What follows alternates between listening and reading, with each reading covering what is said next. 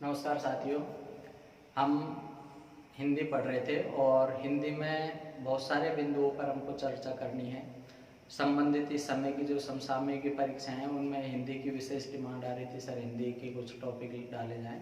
तो आज एक महत्वपूर्ण टॉपिक डाल रहा हूं जो हमारी सभी जो भी हिंदी के संदर्भ में परीक्षाएं हैं उन सभी में वो आएगा और वो है पर्यायवाची।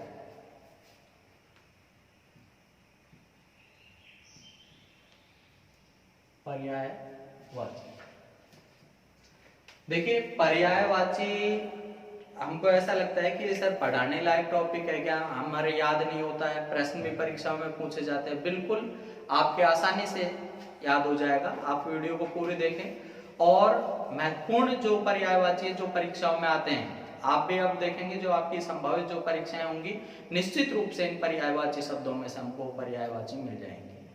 अच्छा, दूसरी बात यह है कि पर्यायवाची शब्द तो सर बहुत सारे हैं, कहाँ तक याद करेंगे, कैसे याद करेंगे।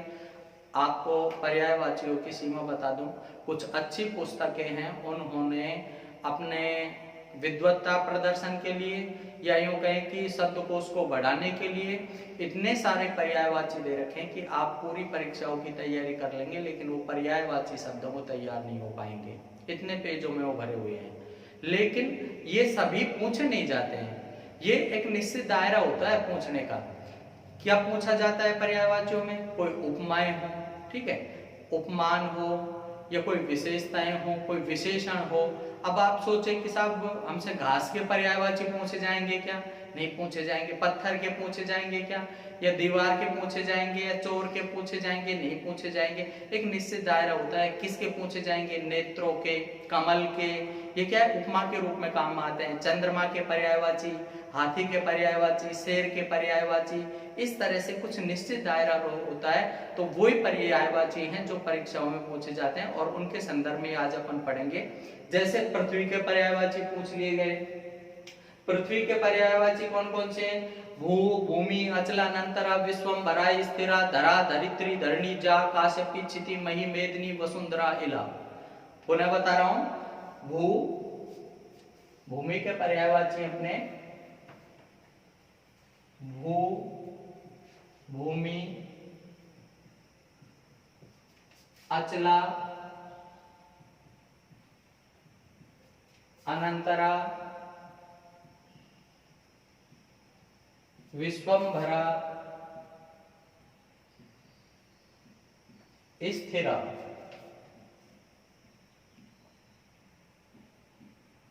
स्थिरा, धरा, धरित्री, धरिणी, जा, काश्यपी, क्षिति, मही, वसुंधरा, इला। इतने पर्याप्त हैं, इनमें से पूछ ले जाते हैं, अक्सर इनमें से आ जाता है भू, भूमि, अचला, अनंतरा, विश्वम्भरा, स्थिरा, धरा, धरित्री, धरणी, जा, काश्यपी, क्षिति, मही, मेदिनी, वसुंधरा, इला। देखिए इनका कोई सार्थक भी होता है, कोई कोई शब्द से जुड़े हुए होते हैं, तो इनको रटना नहीं है, इनको समझना है हमको। जैसे अचला है, अचला, ए चला, दो शब्दों से बना है। पहले मान्यता ये थी कि पृथ्वी चलती नहीं है, हमको भी ऐसा ही प्रतीत होता है। सर्वप्रथम आर्यभट्ट ने खोज की थी कि पृथ्वी है जो चलती है। हम ये जब सामान्यतः हम देखते हैं पृथ्वी पर तो हमको ऐसा प्रतीत होता है कि सूर्य है जो पृथ्वी के चारों ओर चक्कर लगा रहा है, लेकिन सत्यता कुछ विपरीत है। विपरीत यही है कि पृथ्वी है जो सूर्य के चारों ओर चक्कर लगा रही है। पर यह अब की मान्यता है, पहले ये मान्यता नहीं थी। पहले मानते थे कि पृथ्वी है जो कैसी है, अचला है, चलती नहीं है। पृथ्वी शब्द स्त्रीलिंग है, इसलिए क्या कहा इसको, अचला। ऐसे ही शब्द है अचल, अचल। अचल किसका पर्याय है, पर्वत का। यह भी मान्यता है कि पहले पर्वत के पंख थे, इसलिए पर्वत को कहा जाता। अब पर्वत के पंख थे, इंद्र भगवान ने पंखों को काट दिया, इसलिए पर्वत अब चल नहीं पाता है, इसलिए पर्वत को क्या कहा गया, अचल। ऐसे ही पृथ्वी को क्या कहा जाता है, अचला, कि पृथ्वी चलती नहीं है। ये पुरानी मान्यता थी, उसी के हिसाब से कहा गया। इसीलिए पर्वत को अग और नग भी कहा जाता है। पर्वत से क्या कहते हैं, अग भी कहते हैं और नग भी कहते हैं। ए गे जो गमन नहीं करता है, या न गे जो गमन नहीं करता है, इसलिए क्या कहा गया पर्वत को, अग या नग या अचल। पृथ्वी को क्या कहा गया, अचला। इसके संदर्भ में समोच्चारी शब्दों में भी आ जाता है ये प्रश्न कि अचल और अचला क्या अंतर है। अचल मतलब पर्वत, अचला मतलब पृथ्वी। अनंतरा, अनंत है, इसलिए क्या कहा गया, अनंतरा। विश्वम्भरा, विश्व का भरण पोषण करने वाली है, इसलिए क्या कहा इसको, विश्वम्भरा। स्थिरा, वही बात आ गई, अचला क्या, ऐसे क्या कहा, स्थिरा, कि ये क्या है, स्थिर है। धरा, धरने वाली है, धरित्री धारण करने वाली है, ठीक है, इसलिए क्या कहा इसको, धरा, धरित्री, धरणी।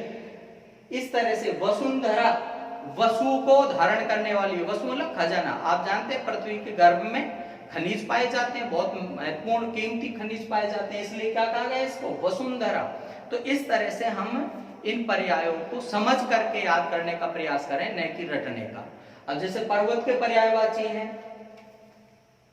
पर्वत अद्रि, गोत्र, गिरि, ग्रावा, अचल, शैल, सिलोच, भूधर, नग, अग, ये सब पर्वत के पर्यायवाची। अद्रि, गोत्र, गिरि, ग्रावा, अचल, शैल, सिलोच, भूधर, नग, अग। अद्रि, गोत्र, गिरि, ग्रावा, अचल, शैल, सिलोच, अग,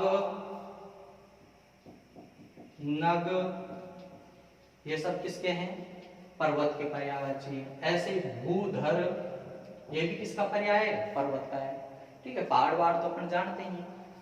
अद्रि, गोत्र, गिरि, ग्रावा, अचल, शैल, सिलोच, भूधर, नग, अग। भूधर, भूधर क्यों नाम रख दिया सर, भूमि को धारण करने वाला है। भूमि को कैसे धारण करता है, ये पुरानी मान्यता है। आपने जैसे सुना होगा कि पृथ्वी के बारे में कहते हैं कि भाई पृथ्वी शेष नाग पर टिकी हुई है कि नहीं मान्यता। अपने एक माना जाता है कि पृथ्वी किस पर टिक रही है, शेष नाग पर टिक रही है। एक मान्यता ये भी सुनी होगी कि कोई हाथी हैं, उनने पृथ्वी को चारों दिशाओं में 4 हाथी हैं, उनके ऊपर पृथ्वी टिकी हुई है। ऐसे एक मान्यता ये भी है कि नीचे कोई पर्वत है, जैसा अपन बोरिंग करते हैं, नीचे कुआं खोदते हैं तो नीचे कंकर पत्थर निकलते हैं, कि नीचे इसका मतलब पहाड़ है, तो इसका मतलब पृथ्वी किस पर टिकी हुई है, पहाड़ के ऊपर टिकी हुई है। तो भूधर, भूमि को धारण करने वाला, भूमि किस पर टिकी हुई है, पर्वत के ऊपर। एक मान्यता ये भी है, इसलिए पर्वत को क्या कहा गया, भूधर। तो इस तरह से इन पर्यायों को याद करते चलेंगे। ऐसे ही जैसे अपन को जल के पर्यायवाची हैं, पानी के पर्यायवाची पूछ लिए जाते हैं। पानी के पर्यायवाची क्या है, जैसे नीर है, अंबु है, वारी, पय है, जल, तोय, जीवन, उदक, ये सब किसके पर्याय हैं, जल के पर्यायवाची। अच्छा, एक और महत्वपूर्ण बात है, जल के पर्यायवाचियों के यदि आप जय जोड़ दोगे तो ये कमल के बन जाएंगे। किसके बन जाएंगे, कमल के पर्यायवाची। जय जोड़ देंगे तो पीछे, क्यों, क्योंकि जल में जन्म लेने वाला, जल में जन्म कौन लेता है, कमल। इसलिए जल के पर्याय के जय जोड़ देंगे, किसके बन जाएंगे, कमल के। कुछ हैं ऐसे शब्द, जैसे नीर है, नीर से क्या बन जाता है, नीरज। नीर के जय जोड़ दिए, क्या हो गया, नीरज। किसका पर्याय बन गया है, कमल। अंबु से क्या बन गया, अंबुज। वारी से वारिज। पय, विसर्ग है, विसर्ग का ओ हो जाएगा, ये बन जाएगा पयोज। जल के जय जोड़ दिया, क्या बन गया, जलज। इनके नहीं जुड़ पाएंगे, ठीक है। पर ये सब किसके पर्यायवाची हो गए, कमल के। इसके अलावा और भी है कमल के पर्यायवाची, पंकज है, सरोज है, ठीक है। सर मतलब तालाब, तालाब में जन्म लेने वाला इसलिए क्या कहते हैं, सरोज कह देते हैं। पंख, पंख में जन्म लेने वाला इसलिए क्या कह देते हैं, पंकज। पंख मानी होता है कीचड़, पंख में जन्म लेने वाला मतलब कमल। ऐसे सरय प्लस जय क्या बन गया, सरोज। मतलब कीचड़ में जन्म लेने वाला कौन है, कमल, सरोज। इस तरह से इसी प्रकार से द जोड़ देंगे जल के पर्यायवाचियों के, बादल के बन जाएंगे, बादल के। जैसे जल के पर्याय का हमने ज जोड़ दिया तो कमल के बन गए, द जोड़ देंगे बादल के बनेंगे। नीर के द जोड़ दिया क्या हो गया, नीरद। अंबु के जोड़ दिया क्या हो गया, अंबुद। वारी के जोड़ दिया वारिद। पय के जोड़ दिया पयोद। जल के जोड़ दिया जलद। इसी प्रकार से धी जोड़ देंगे, ये समुद्र के पर्यायवाची बन जाएंगे। मतलब जल को धी मतलब धारण करने वाला, जल को धारण करने वाला कौन होता है, समुद्र।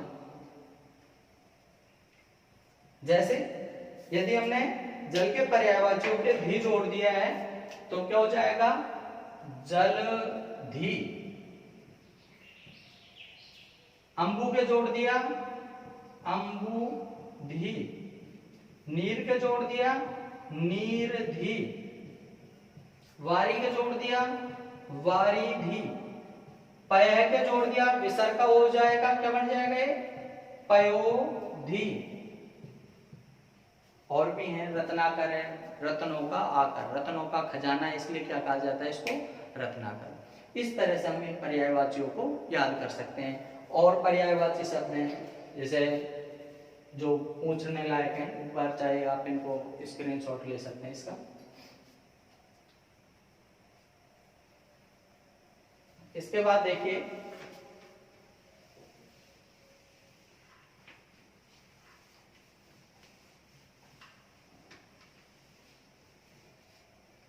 और पर्यायवाची है, आंख के पर्यायवाची महत्वपूर्ण है। आंख, लोचन, नयन, नेत्र, अक्षि, चक्षु, दृग, चश्म, सब किसके पर्याय है, नेत्र के। लोचन, नयन, नेत्र, अक्षि, चक्षु, दृग, चश्म। अब चश्म शब्द से ही चश्मा शब्द बना दिया। हाथी के पर्यायवाची हैं, हाथी के। मतंग, गजनाग, कुंजर, वारण, करी, गरीफ, अस्थि, गयंद, सब हाथी के पर्यायवाची हैं। मतंग, गज, नाग, कुंजर, करी, द्विरेफ, गयंद, हस्ती, ये सब किसके पर्याय हो गए, हाथी के पर्यायवाची हो गए। इसी प्रकार से घोड़े के पर्यायवाची हैं, घोड़े के पर्यायवाची पूछ लिए जाते हैं। तुरंग, वाजी, घोटक, अश्व, ये किसके हो गए, घोड़े के पर्यायवाची हो गए। हाथी के पर्यायवाची में एक और होता है द्वीप, द्वीप महत्वपूर्ण शब्द है, द्वीप, क्योंकि दो स्थानों से पीता आती है इसलिए उसको क्या कहा गया है, द्वीप।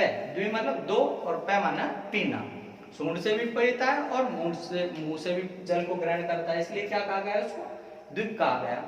इसी प्रकार से और पर्यायवाची शब्द है, हवा का पर्याय महत्वपूर्ण है ये भी, पवन, पवमान, प्रभंजना, वायु, समीर, मारुत, बयान। पवन, पवमान, प्रभंजना, समीर, मारुत, बयार, ये सब किसके पर्याय हो गए, हवा के पर्याय हो गए। इसी प्रकार से और पर्यायवाची है अपने, जैसे पूछ लिए जाते हैं अपने, स्त्री का पूछ लिया, स्त्री, योषित, अबला, नारी, सीमंतनी, वधू, दारा। स्त्री, योषित, अबला, नारी, सीमंतनी, वधू, वधू। वधु का तद्भव शब्द बना है बहु, वधु स्त्री योषित अबला, नारी सीमंतनी, वधु दारा, ये सब किसके पर्याय हो गए? स्त्री के पर्यायवाची हो गए। इसी प्रकार से और पर्याय हैं, अपन अगली वीडियो में इनको और आगे पढ़ेंगे। धन्यवाद, जय हिंद।